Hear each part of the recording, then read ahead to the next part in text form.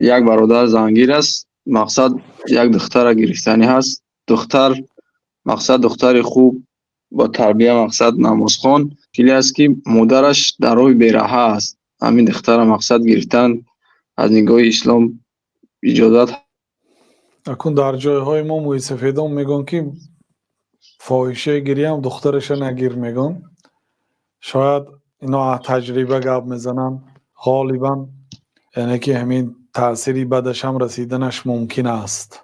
الله تعالی هم بعضی فرزندای در قرآن تعریف کرد، پدراشون تعریف کرد و کان ابوهما صالحا، پدر این دو یتیم بچه آدمی خوب بود، گفت آدمی صالح بود.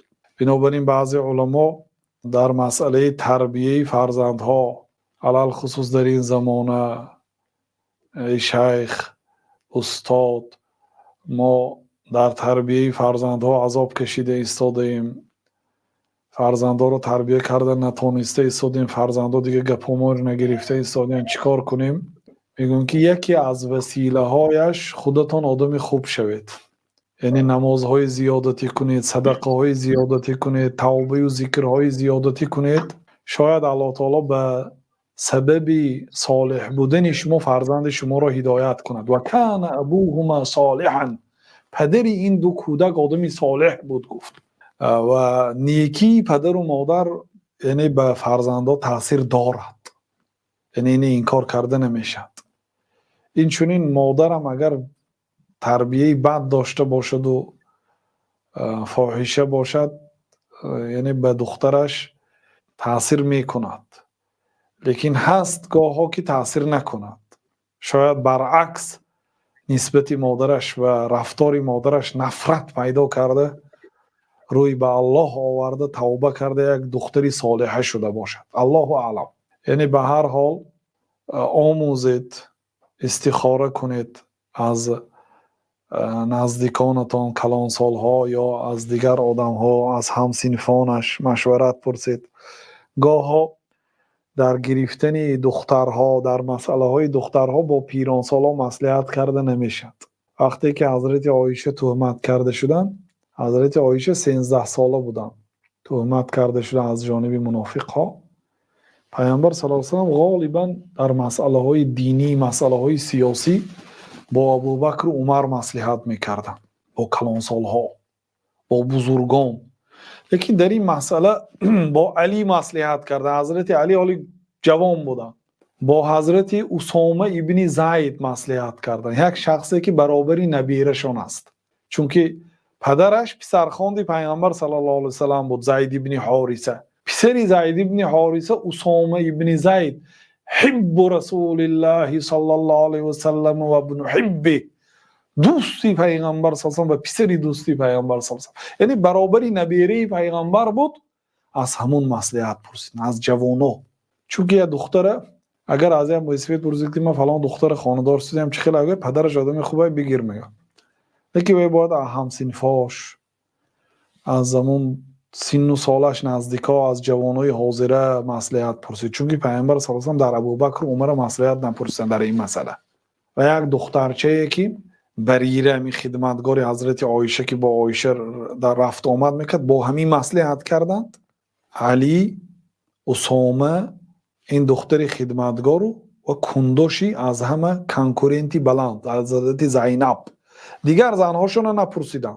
دیگر زنها عایشه حرمت میکرد، عایشه از خودش بالا میدونست، از اونها مصلحت نپرسید. یه زنی که زینب خودش از عایشه بلند میدونست و از عایشه پس نمیدونست، از همون مصلحت پرسیدن که اون کنکورنتی شو بلند بود. زینب عایشه پریزنود نمیکرد.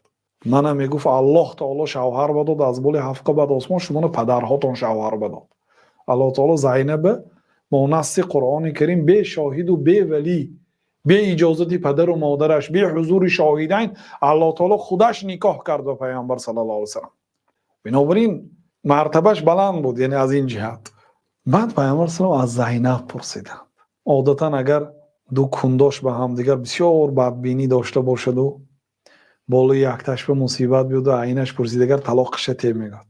بنابراین حضرت عایشه گفتن که ولکن زینب عصمها الله، لیکن زینب باشد الله تعالی او رو نگاه داشت، با وجود اینکه مثلا نسبت عایشه حسد داشت، رشک داشت، گفت که ما اعلم عنها الا خیرا، از عایشه فقط نیکی را میدانم. گفت اگر به جایش دیگر کس میشد او بسیار فرصت غنیمت میدانست، لیکن زینب الله او را نگاه داشت، یعنی سخن حق را گفت. خلاصه ببینید که ها رو مصلحت پرسیدن: زینب، بریره، اسامه، علی، جوانا هستمش. یعنی مصلحت میپرسید، مشورت میپرسید، شاید کلانهای هم پرسید دختری فلانی را خانه‌دار شدنی هستم، استخاره میکنید، نماز میخونید 2 رکعت نماز غیر فرض، در نمازهای سنت هم استخاره خوانید میشه. بعد نماز پیش از سلام میگوید که ای الله، من همین دختر گرفتنی هستم، اگر در گرفتنی من در همین دختر خیر باشد، من همین دختر گرفتنم آسان و موفق کن. اگر شر باشد، یعنی به دینم، به دنیام، به آخرتم، اگر خانه‌دار شدنم با همین دختر ضرر میکرده باشه، این دور کن از منو، برای به عوض این به جای من بهترش را عوض ده. دعای استخاره را از یاد میکنید، به زبان عربی است، در یک جایش حاجتتون رو میگوید. همین خیل الله تعالی بعد یک راه انتخاب میکند: ما ندیم من استخار الخالق و شاور المخلوقین من المسلمین. بعضی علما گفتن که پشیمان نمیشد آن آدمی که از خالق استخاره کرده است و از مخلوق های مسلمان ها مشورت کرده است، مصلحت کرده است، یعنی سراسیمه نشه. اگر دختر واقعا صالح و حلال و پاک باشد، همین چیها را کنید، یعنی استخاره از الله تعالی کنید، طلب خیریت الله تعالی اختیار کند بگذار، و از مخلوق های مسلمان ها مشورت پرسید، از آنهایی که همون دختر میشناسند، مادرش میشناسند، از همونها مصلحت پرسید.